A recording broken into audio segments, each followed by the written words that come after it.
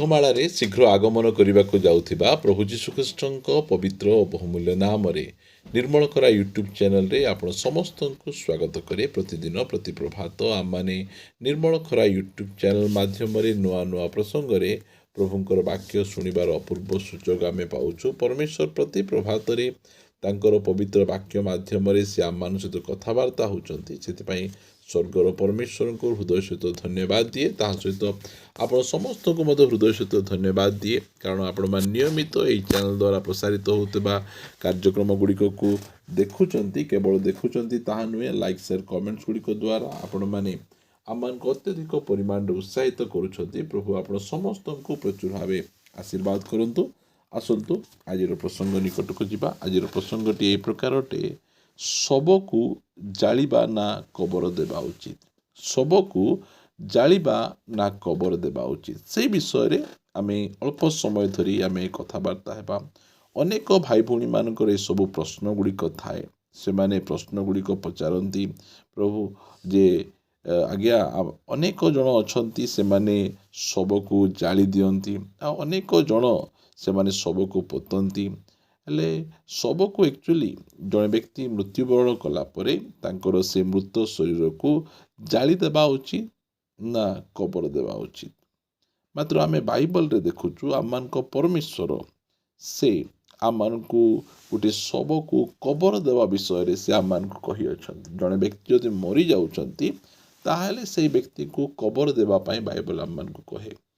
କାରଣ ଯେଉଁମାନେ ଜାଳି ଦେଉଛନ୍ତି ଶବକୁ, ଜାଳିଦେବା ଯେଉଁ ଭାଇ ଭଉଣୀମାନେ ଅଛନ୍ତି ସେମାନେ ଯେଉଁ ବିଶ୍ୱାସ କରୁଛନ୍ତି ଯେ ଏହାର ଜୀବନ ଏତିକି, ଇଏ ମରିଗଲା ସରିଗଲା ଆଉ କିଛି ନାହିଁ, ସେଥିପାଇଁ ତାଙ୍କର ଶରୀରକୁ ସେମାନେ ଜାଳି ଦିଅନ୍ତି। ମାତ୍ର ଆମେ ଖ୍ରୀଷ୍ଟିଆନ ଭାଇ ଭଉଣୀମାନେ ଆମମାନଙ୍କୁ ବାଇବଲ କହେ ଯେ ଜଣେ ବ୍ୟକ୍ତି ମୃତ୍ୟୁବରଣ କରିଗଲା ପରେ ତାର ଜୀବନ ସରିଗଲା ନାହିଁ, ମୃତ୍ୟୁ ପରେ ମଧ୍ୟ ଆହୁରି ଜୀବନ ରହିଅଛି। ଆଉ ସେଥିପାଇଁ ଆମମାନେ ଆମମାନଙ୍କର ସେ ଶରୀରଟାକୁ ଆମେ ଜାଳୁନାହୁଁ, ଆମେ କବର ଦେଉଛୁ। କାରଣ ଯେଉଁ ସମୟରେ ପ୍ରଭୁ ଯୀଶୁଖ୍ରୀଷ୍ଟ ମେଘମାଳାରେ ଆଗମନ କରିବେ, ସେହି ସମୟରେ ଯେଉଁମାନେ ଖ୍ରୀଷ୍ଟଙ୍କ ଠାରେ ଥାଇ ମରିଛନ୍ତି ସେମାନେ ପ୍ରଥମରେ ଉଠିବେ, ଆଉ ଯେଉଁମାନେ ଖ୍ରୀଷ୍ଟଙ୍କ ଠାରେ ଥାଇ ମରିନାହାନ୍ତି ସେମାନେ ମଧ୍ୟ ଉଠିବେ। ଦୁଇ ଜଣ ଯାକ ଉଠିବେ। ଯେଉଁମାନେ ଖ୍ରୀଷ୍ଟଙ୍କ ଠାରେ ଥାଇକିନା ମରିଛନ୍ତି ସେମାନେ ଉଠିବେ, ଆଉ ଯେଉଁମାନେ ଖ୍ରୀଷ୍ଟଙ୍କ ଠାରେ ନଥାଇକିନା ମରିଛନ୍ତି ସେମାନେ ମଧ୍ୟ ଉଠିବେ। ଦୁଇ ପ୍ରକାର ପୁନରୁତ୍ଥାନ ଅଛି, ଗୋଟିଏ ଧାର୍ମିକମାନଙ୍କ ପୁନରୁତ୍ଥାନ, ଆଉ ଗୋଟିଏ ହେଲା ଅଧାର୍ମିକମାନଙ୍କ ପୁନରୁତ୍ଥାନ। ସେଥିପାଇଁ ଆମମାନେ ଶବ ଗୁଡ଼ିକକୁ ଆମେ ପ୍ରଭୁଙ୍କର ବାକ୍ୟ ଅନୁସାରେ ଆମେ ପୋତୁଛୁ। କାହିଁକି ପୋତୁଛୁ? କାରଣ ଆମମାନଙ୍କ ମୃତ୍ୟୁ ପରେ ମଧ୍ୟ ଆହୁରି ଜୀବନ ରହିଛି। ଆମେ ଧନୀ ବ୍ୟକ୍ତି ଆଉ ଲାଜାରଙ୍କର ଯେତେବେଳେ ଆମେ ଷ୍ଟୋରି ପ୍ରଭୁ ଆମମାନଙ୍କୁ ଶିଖାଉଛନ୍ତି, ଯାହା କୌଣସି ଷ୍ଟୋରି ନୁହେଁ, ତାହା ଗୋଟିଏ ସତ୍ୟ ଘଟଣା। ଲୁକ 16 ଅଧ୍ୟାୟରେ ଯେ ଧନୀ ବ୍ୟକ୍ତି ମରିଗଲେ, ତାଙ୍କୁ କବର ଦିଆଗଲା, ଆଉ ଲାଜାର ମଧ୍ୟ ମରିଗଲେ। ଆଉ ଲାଜାର ମଲା ପରେ ସେ ଅବ୍ରାହମଙ୍କର କୋଳକୁ ଯାଇଛନ୍ତି, ସାନ୍ତ୍ୱନା ପାଉଛନ୍ତି। ଆଉ ଧନୀ ବ୍ୟକ୍ତି ସେ ମରିଗଲା ପରେ ସେ ନରକ ଯନ୍ତ୍ରଣାରେ ସେ କଲବଲ ହେଉଅଛନ୍ତି। କାରଣ ମରିଗଲା ପରେ ଜଣେ ବ୍ୟକ୍ତି ମୃତ୍ୟୁବରଣ କଲା ପରେ ତାହାର ସରିଯାଏ ନାହିଁ, ମୃତ୍ୟୁ ପରେ ଅସଲି ଜୀବନଟା ଆରମ୍ଭ ହୁଏ। ଏହି ଜଗତରେ ଆମେ 60, 70, 80, 90, 100 ବର୍ଷ ଆମେ ବଞ୍ଚିଥାଉ। ଆମେ ମାତ୍ର ଅନନ୍ତ କାଳ ପାଇଁ ବଞ୍ଚିବା ପାଇଁ ମୃତ୍ୟୁ ପରେ ପରମେଶ୍ୱର ଆମମାନଙ୍କ ପାଇଁ ଅନନ୍ତ ଜୀବନ ବା ଅନନ୍ତ ଦଣ୍ଡ ସେ ରଖିଅଛନ୍ତି। ସେଥିପାଇଁ ଆମେ ଖ୍ରୀଷ୍ଟିଆନ ଭାଇ ଭଉଣୀମାନେ ଶବକୁ ଆମେ କ'ଣ କରୁ? ଆମେ କବର ଦେଉ। ବାଇବଲରେ ଆମେ ଦେଖୁ ଯେ ଅନେକ ଜଣଙ୍କର ଶରୀରକୁ ଜଳେଇ ଦିଆଯାଇଛି। ଯେତେବେଳେ ଆମେ ଝିଅସୁଏ ପୁସ୍ତକ ଏହାର 7 ଅଧ୍ୟାୟ 24-25 ପଦ ଆମେ ଦେଖୁ, ସେହି ସ୍ଥାନରେ ଆଖନ ନାମକ ଜଣେ ବ୍ୟକ୍ତି ଯେ କି ଜିରିହ ସହରର କିଛି ସୁନା ଆଉ ବାବିଲୋନିଆ ବସ୍ତ୍ରକୁ ଲୋଭ କରି ନିଜ ତମ୍ବୁ ଭିତରେ ରଖିଥିଲେ। ଆଉ ସେହି ଯୋଗୁଁ ଇସ୍ରାଏଲ ଲୋକମାନେ ପରାଜିତ ହେଲେ। ଆଉ ତାଙ୍କର ପାପ ଯେତେବେଳେ ଧରା ପଡ଼ିଲା, ସେହି ସମୟରେ ଆଖନକୁ ଆଉ ତାଙ୍କର ସବୁ ସମ୍ପତ୍ତିକୁ ଅଗ୍ନିରେ ଦଗ୍ଧ କରାଗଲା। ଅଗ୍ନିରେ ଦଗ୍ଧ କରିବା ଅର୍ଥ କ'ଣ? ଦଣ୍ଡ ଦେବା। ଏହା ଆମେ ଦେଖୁଛୁ ଆମେ ସୋଦମ ଗମରା ସହରକୁ ପରମେଶ୍ୱର ଅଗ୍ନି ଦ୍ୱାରା ଜାଳିଦେଲେ, ତାଙ୍କୁ ଦଣ୍ଡ ଦେଲେ। ଶବକୁ ବା କୌଣସି ବ୍ୟକ୍ତିଙ୍କୁ ବାଇବଲରେ ଅଗ୍ନି ଦ୍ୱାରା ଜାଳିଦେବାର ଅର୍ଥ ହେଲା ତାଙ୍କୁ ଦଣ୍ଡ ଦେବା, ପନିସମେଣ୍ଟ ଦେବା।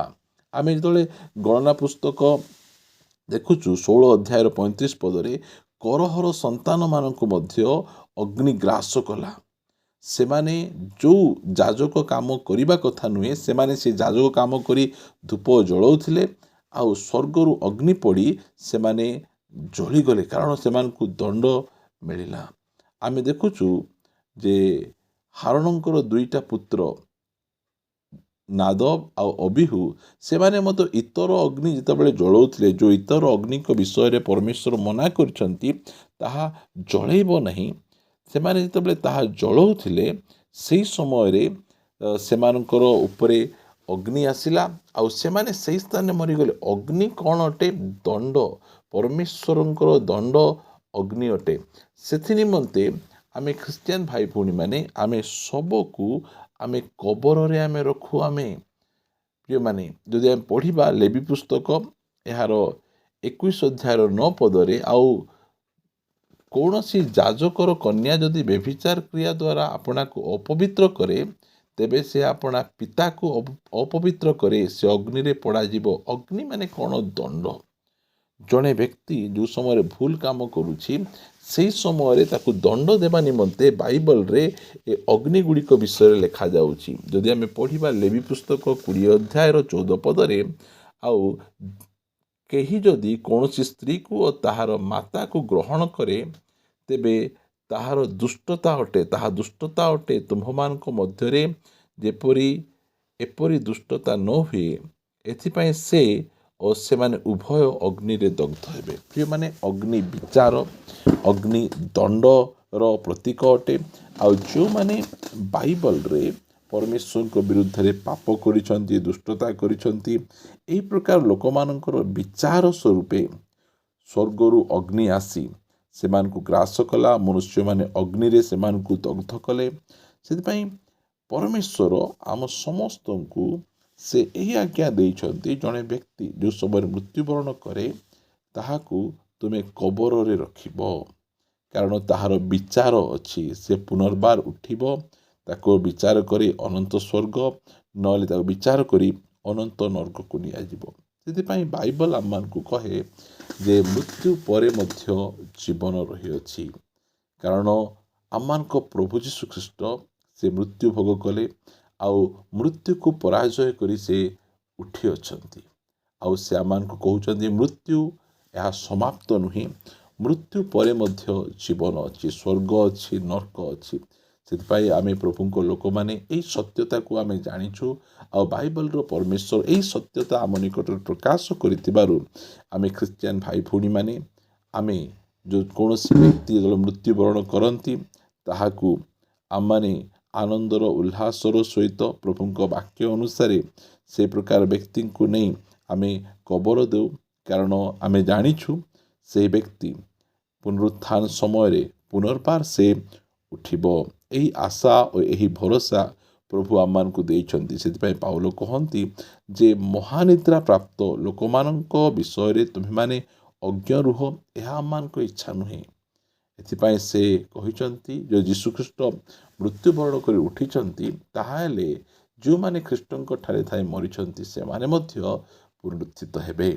ଏଥି ନିମନ୍ତେ ଆମେ ପ୍ରଭୁଙ୍କ ଲୋକମାନେ ଆମମାନେ ଶବ ଗୁଡ଼ିକକୁ ନେଇ ଆମମାନେ ସମାଧି ଦେଉ, କାରଣ ମୃତ୍ୟୁ ପରେ ମଧ୍ୟ ଜୀବନ ରହିଅଛି। ପ୍ରଭୁ ଆମମାନଙ୍କୁ ଅନୁଗ୍ରହ କରନ୍ତୁ। ଆସନ୍ତୁ ଆମେ ପ୍ରାର୍ଥନା କରିବା ପାଇଁ ଯିବା। ପିତା, ଆମେ ତୁମକୁ ଧନ୍ୟବାଦ ଦେଉଛୁ ଯେ ତୁମେ ଆମମାନଙ୍କୁ ପ୍ରେମ କରି ସତ୍ୟତା ଗୁଡ଼ିକ ତୁମେ ଆମମାନଙ୍କୁ ଜଣେଇଛ, ଆଉ ଏହିସବୁ ସତ୍ୟତା ଗୁଡ଼ିକ ଆମମାନଙ୍କ ଜୀବନକୁ ଗଠନ କରୁଅଛି। ମୃତ୍ୟୁ ସମାପ୍ତ ନୁହେଁ, ମୃତ୍ୟୁ ପରେ ମଧ୍ୟ ଜୀବନ ରହିଅଛି, ଆଉ ସେହି ଜୀବନ ଦେବା ନିମନ୍ତେ ତୁମେ ସ୍ୱର୍ଗରୁ ଓହ୍ଲାଇ ଆସିଲ ଓ ଆମ ସମସ୍ତଙ୍କ ପାପ ନିମନ୍ତେ ମୃତ୍ୟୁବରଣ କରି ଆମମାନଙ୍କୁ ପ୍ରଭୁ ଅନନ୍ତ ଜୀବନ ପ୍ରଦାନ କରିଅଛ। ଆମେ ତୁମକୁ ଧନ୍ୟବାଦ ଦେଉଛୁ। କେବଳ ତୁମେ ମୃତ୍ୟୁବରଣ କଲ ତାହା ନୁହେଁ, ମୃତ୍ୟୁକୁ ଜୟ କରି ଉଠିବା ପରମେଶ୍ୱର ତୁମେ ଅଟ। ଆମେ ତୁମ ନାମର ସ୍ତୁତି ମହିମା କରୁଛୁ ପ୍ରଭୁ। ଏହି ସତ୍ୟତା ଗୁଡ଼ିକ ତୁମେ ଆମମାନଙ୍କ ନିକଟରେ ପ୍ରକାଶ କରିଥିବାରୁ ଧନ୍ୟବାଦ ଦେଇ ପ୍ରାର୍ଥନା ପ୍ରିୟ ପ୍ରଭୁ ଯୀଶୁଙ୍କ ନାମରେ ମାଗୁଅଛୁ, ଆମେନ୍ ଆମେନ୍। ପ୍ରେଜ୍ ଦ ଲର୍ଡ। ପ୍ରଭୁ ଆମ ସମସ୍ତଙ୍କୁ ପ୍ରଚୁର ଭାବେ ଆଶୀର୍ବାଦ କରନ୍ତୁ। ପ୍ରଭୁ ଦୟା ଅନୁଗ୍ରହ କଲେ ଆସନ୍ତା ସମୟରେ ଆଉ ଗୋଟେ ନୂଆ ପ୍ରସଙ୍ଗରେ ପରସ୍ପର ସହିତ ସାକ୍ଷାତ କରିବା ରହିବା। ନମସ୍କାର। Praise the Lord. God bless you.